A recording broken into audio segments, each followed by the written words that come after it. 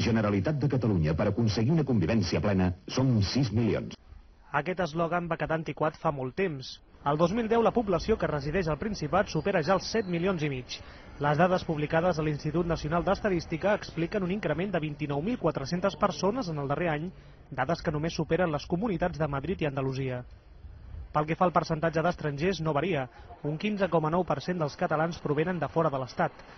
Al cens només s'hi registren 4.000 immigrants més que el gener del 2009. En el conjunt de l'estat espanyol, la població s'apropa als 47 milions, dels quals 5.700.000 són estrangers. El col·lectiu romanès és el més nombrós, amb més de 800.000 ciutadans, seguit pel de marroquins, que superen els 700.000. També hi ha increments destacats de ciutadans senegalesos, britànics o xinesos. En canvi, els col·lectius equatorians i bolivians fan el viatge a la inversa. Entre les dues comunitats han perdut gairebé 45.000 integrants.